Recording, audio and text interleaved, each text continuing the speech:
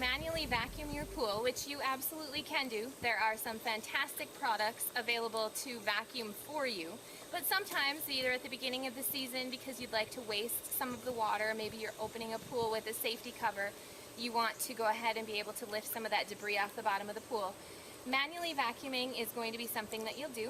Of course, if you're hiring a pool company to do your opening or your closing for you, that's something that they can typically take care of as long as you've indicated you'd like that service. But in the event that you'd like to vacuum your own pool, I'll go through the equipment that you need and how to set everything up together. So typically you have some type of a universal pole. They come in different lengths, different colors. They have holes in the bottom of the pole so that you can interchange your equipment. You can put a leaf net on there, a skimmer net, a brush, and in this case a vac head. Vacuum heads come in two different styles typically, one for vinyl liner pools and one for gunite pools. The vinyl liner pool vac heads are typically in some kind of a triangle or maybe a rectangle shape, and there's typically brushes on the bottom so that you can brush the vinyl liner as you're vacuuming. The difference between a vinyl vac head and a gunite is the gunite typically runs on wheels and there is no brush on the bottom. So it actually gets a lot closer to the surface of the gunite, which is okay. I wouldn't recommend using a gunite vac head on a vinyl pool because if you have no way of holding kind of the liner in place as you're vacuuming and your suction, if it were too strong, you can actually kind of suck the vinyl liner up off of the bottom of the pool, which would be a very bad idea. So make sure that you're using a vinyl vac head if you have a vinyl liner pool, which in this case is what we have. So to set up the equipment itself, I need the vac head and the pole, and I will put it together, clip it in place, and then I will attach the vacuum hose to the vac head. To vacuum a vinyl liner pool, you will need a vacuum hose in addition to your vac head and the pole. The hose itself is typically 1.5 inches wide. 1.25 inch hose is sold. That's typically for an above ground system because this 1.5 inches is what most residential pools are plumbed in, unless you have a really exciting system and you needed bigger plumbing, which, you know, could happen. In general though, you'll need 1.5 inch hose. A vac hose has two ends.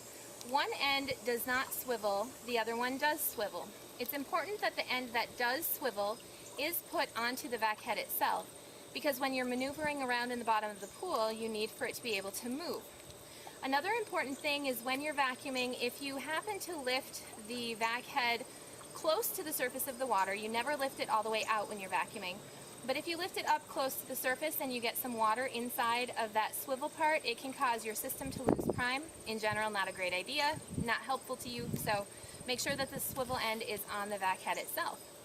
When you're putting the hose into the water, you do have to fill the hose up entirely with water in order for this to work. So you'll attach the swivel end to the end of your vac hose and then you'll put the hose into the pool. Vac hoses are notoriously not fun to work with. The little trick is if you spread it across the length of the pool before you try to put it in the water, you'll have less kinks and coils to deal with. So in general, that's what I would recommend.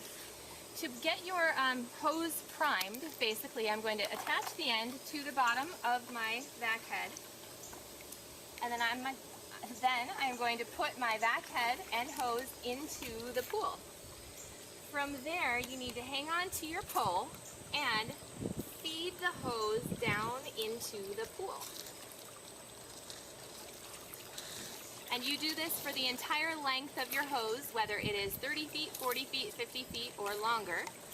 And once you get it to the end, as long as you've done it right, you'll see water coming up the end of the hose, which means that you've gotten the water in there and you should be all set. So as you are priming your hose and putting it together, feeding it into the water, if you have done it properly, you will actually see water come out of the top of your hose. So congratulations, we've made this work.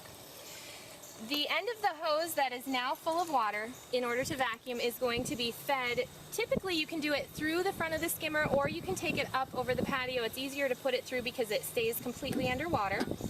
So you'll take your lid off of your skimmer, pull out your basket. Now is a good time to clean the basket. And there is a hole in the bottom of the skimmer which you will feed the end of the vacuum hose into. There are attachments that you can buy so that you can buy a vac head attachment that you would actually screw into the bottom of your skimmer so you can attach the hose directly to that. Or you can get something called a vac plate, which would allow you to leave the basket inside of your skimmer. You put the vac plate on top and you hook the vac hose onto the vac plate. However you do that is right for your system. In this case, we are just going to go ahead and feed the hose through the front of the skimmer into the skimmer itself, find the hole in the bottom, and go ahead and hook that up.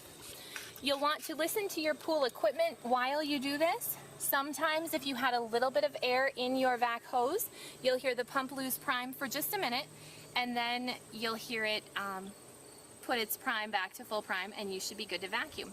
While you're vacuuming, you want to pay attention to what the jets are doing in the pool. If you start to see diminished water flow, it might be time to backwash or clean the system out while you're actually vacuuming the pool.